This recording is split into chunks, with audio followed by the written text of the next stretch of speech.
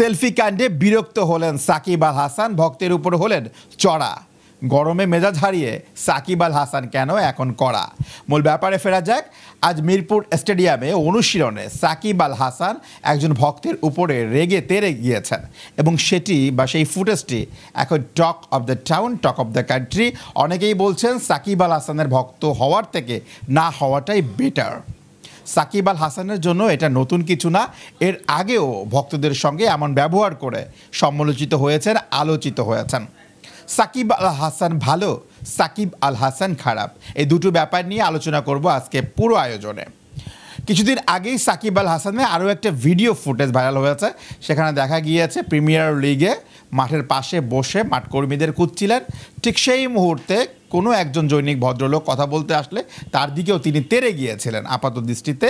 এটা দেখার পরে অনেকেই বলবেন সাকিব আল হাসান একজন খারাপ মানুষ, কিন্তু মূল ব্যাপারটি জানার পরে আপনিও বলবেন সাকিব আল হাসান ঠিক করেছেন। মূল ব্যাপারটা হচ্ছে সাকিব আল হাসান যখন খেলেন এই প্রিমিয়ার লিগগুলো, কান্ট্রি প্রিমিয়ার লিগগুলো, এবং তিনি যদি ভালো খেলেন তাহলে মাঠ কর্মীদের বা মাঠ পরিচর্যায় যারা থাকেন তাদের মনটা ভরে যায়। কারণ ম্যান অফ দ্য ম্যাচের যে পুরস্কার বা প্রাইজ মানিটা পান তার সিংহভাগই তাদেরকে আসলে তিনি বিলিয়ে দেন বা তাদের মাঝে আসলে বন্টন করেন, এবং এটা একাধিকবার হয়েছে।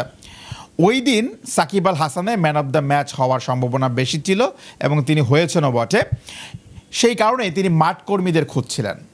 কোনো একজন লোক তিনি এসে আসলে খুঁজছিলেন মাঠ কর্মীদের, বাট তিনি সাইড বেঞ্চ থেকে এসে একটা কথা বলেছেন এবং তিনি আসলে মাঠ কর্মী না, এই জন্য মেজাজ হারিয়ে ফেলছেন এবং তিনি তাকে একটু জোরে গলায় বলেছেন কথাগুলো, সেটা নাই যাই। বাট এই কথাটি যখন ভাইরাল হয়েছে তখন সবাই সাকিব আল হাসানকে কিস্তি করেছেন, সাকিব আল হাসানকে নিয়ে সমালোচনা করেছেন, সাকিব আল হাসানকে নিয়ে আলোচনার পরিপ্রেক্ষিতে তাকে একজন খারাপ প্লেয়ার বা ক্রিকেটের ব্যাড বয় হিসেবে আখ্যায়িত করেছেন।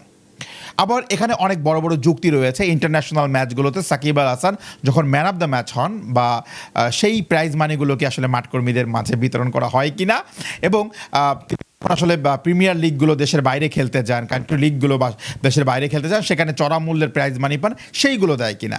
কারণ ঢাকায় যে প্রিমিয়ার লিগে ম্যান অফ দ্য ম্যাচগুলো হন সেখানে পুরস্কার সাধারণত 15 থেকে 20,000 টাকার মধ্যেই থাকে, তাহলে সেই টাকাগুলোর প্রাইজ মানি তাদেরকে দেন, কিন্তু ওই বড় টাকার প্রাইজ মানিগুলো সাকিব আল হাসান দেন না। মূলত সাকিব আল হাসান ইমোশন নিয়ে খেলেন, সাকিব আল হাসান আসলে আলোচনায় আসার জন্য চেষ্টা করেন। কিন্তু এইখানে একটা যুক্তি আপনাদেরকে দিয়ে থাকি, সেটা হচ্ছে সাকিব আল হাসানের ব্যক্তিগত কিন্তু একটা খরচ রয়েছে এবং সাকিব আল হাসানের ইনকামের পুরোটা কিন্তু এই খেলা থেকে এসেছিল, রাইট?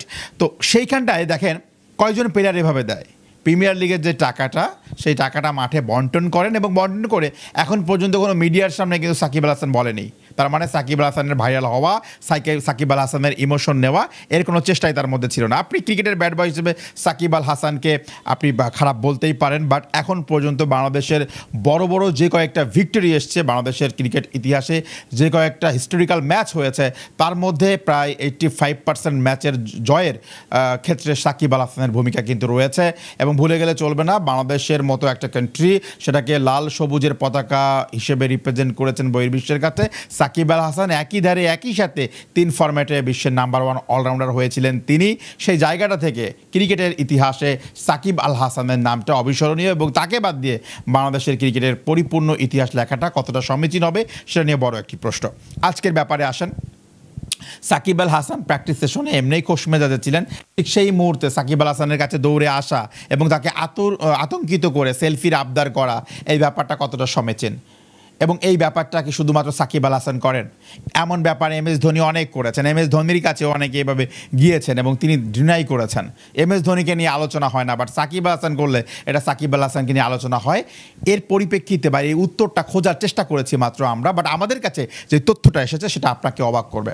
সেটা হচ্ছে সাকিব আল হাসানকে নিয়ে সমালোচনা তিনি রাজনীতিতে আসার আগে থেকে হয়েছে, বাট সমালোচনার প্রেক্ষাপটগুলো বা সমালোচনার জায়গাগুলো বেড়ে গেছে তিনি যখন একটা রাজনৈতিক দলের কর্মী হিসেবে কাজ করেছেন, রাজনৈতিক দলের হয়ে মেম্বার অফ পার্লামেন্ট হয়েছেন, নির্বাচন করেছেন। এরপর থেকে বিরোধী দলগুলো আসলে সাকিব আল হাসানকে নিয়ে বেশি সমালোচনা করছে এবং কমেন্ট সেক্টরে কিন্তু তারই বহিঃপ্রকাশ পাওয়া গিয়েছে। বাট রাজনীতির জায়গায় রাখেন বাংলাদেশের ক্রিকেট নিয়ে যদি আলোচনা করেন, স্টাডিজম নিয়ে যদি আলোচনা করেন, তাহলে সাকিব আল হাসানকে আপনি বাংলাদেশের ক্রিকেট অঙ্গন থেকে সমালোচনা করে তাকে আসলে ন্যারো করে কখনো আসলে ভালো মন মানসিকতার পরিচয় আপনি দিতে পারবেন না। সাকিব আল হাসান বাংলাদেশের ক্রিকেটের জন্য একটা অপরিহার্য উপাদান। সাকিব আল হাসান বাংলাদেশের ক্রিকেটের জন্য একটা প্রয়োজনীয়, আমি মনে করি যে এই প্রয়োজনীয় দিক, এবং বাংলাদেশ ক্রিকেট অঙ্গনের জন্য সাকিব আল হাসান একটা অ্যাসেট ছিল, আছে এবং এখন পর্যন্ত কিন্তু আমরা বলতে পারি তিনি থাকবে। বাট এই যে অপ্রীতিকর ঘটনা এবং কিছু ঘটনা ঘটলেই মিডিয়াতে চলে আসে, কিছু ঘটনা ঘটলে এখন মিডিয়া, প্রচুর মিডিয়া এবং যারা আসলে বিশেষ করে স্পোর্টস জার্নালিস্ট রয়েছেন, যারা আসলে স্পোর্টসের বিটগুলো করেন, তারা আসলে এই ব্যাপারগুলো এমনভাবে প্রেজেন্ট করছেন যেটা আসলে জনমনে সাকিব আল হাসানের প্রতি একটা বিতৃষ্ণা আসছে। বাট দিন শেষে সাকিব আল হাসান কিন্তু নাম্বার 1 অলরাউন্ডার, এবং সাকিব আল হাসানের কিন্তু বিতর্ক ঊর্ধ্বে থাকাটাই শ্রেয়। প্রিয় দর্শক, জানতে চাই আপনার মূল্যবান মতামত। ভালো সাকিব আল হাসান, খারাপ সাকিব আল হাসান নিয়ে আসলে আপনি কি ভাবছেন? আরিয়ান সাকিব টোরো, নল এক্সপ্রেস।